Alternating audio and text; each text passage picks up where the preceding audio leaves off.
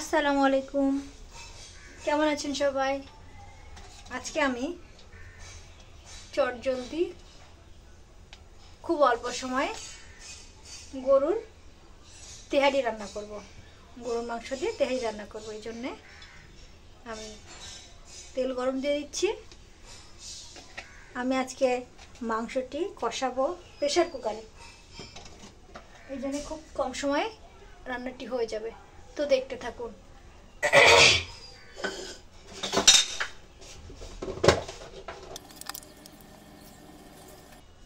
তেল গরম হয়ে গেছে, এখন এলাচি আর দারচিনি ভেজে নেব।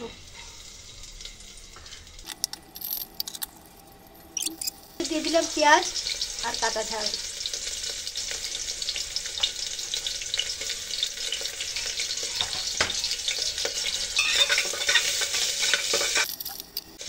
ঝাল পেঁয়াজ ভাজি ভাজি হয়ে গেছে, এখন সামান্য পরিমাণ পানি দিয়ে দিচ্ছি।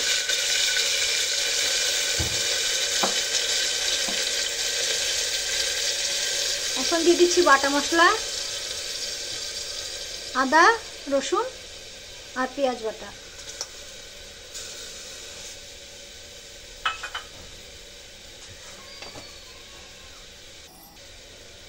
এখন দিয়েছি লবণ,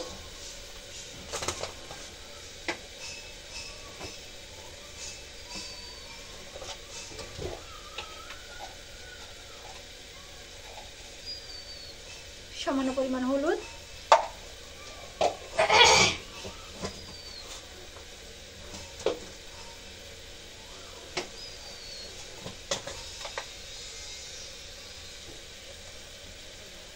ঝালের গুঁড়ি,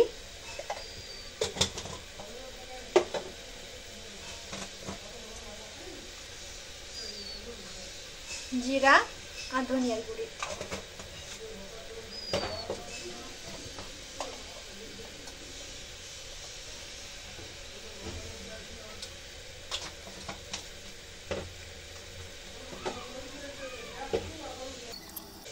মশলা কষাই হয়ে গেছে। এই যে গরুর মাংস আমি ছোট ছোট করে কেটে নিয়েছি।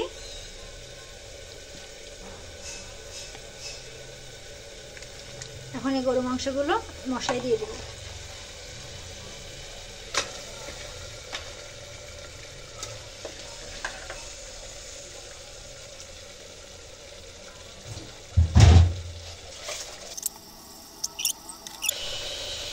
দিয়ে দিচ্ছি কিছু বিরিয়ানির মশলা, ছেঁচে কেটে দিয়েছি।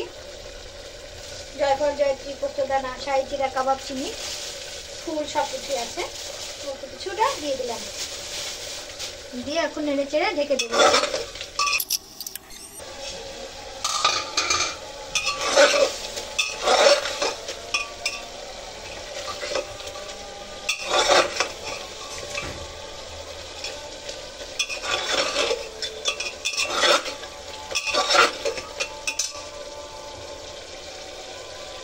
একটা বড় রসুন দিয়ে দিলাম।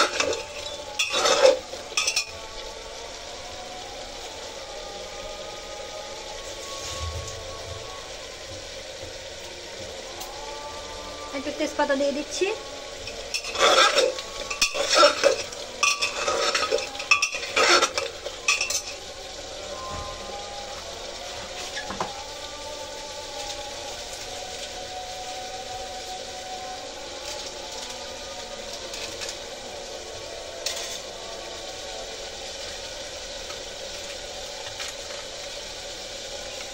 আর দিয়ে দিচ্ছি সামান্য পরিমাণ প্যাকেট বিরিয়ানির গুঁড়ো মশলা।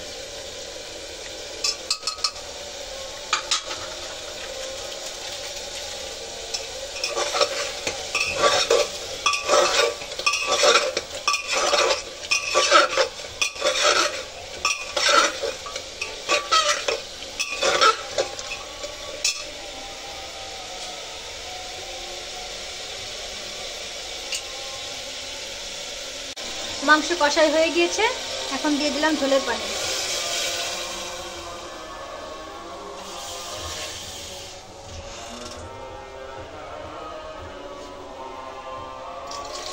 এখন 3টে সিটি দিয়ে নামিয়ে নেব।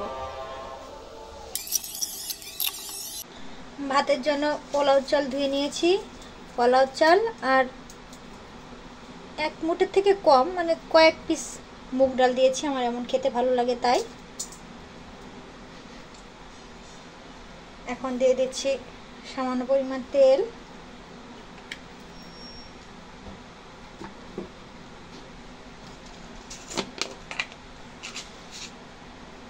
লবণ,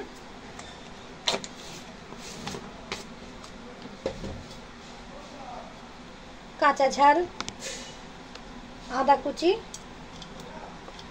আর একটু আলু কেটে দিয়েছি।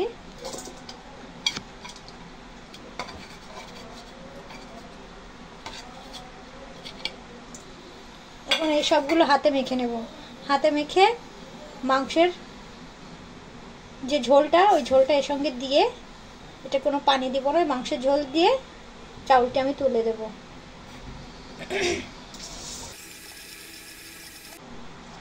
এই যে এক কোর পরিমাণেই হয়েছে, যেটুকু হয়েছে এতেই চাউল ফুটে যাবে। এখন এটা আমি তুলে দেবো।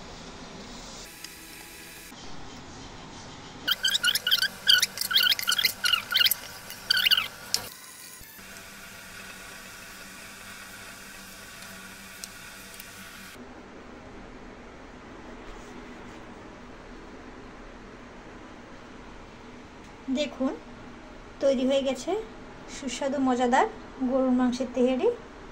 দেখতে দারুণ, খেতে অসাধারণ। আপনারা এইভাবে তৈরি করে খেয়ে দেখতে পারেন।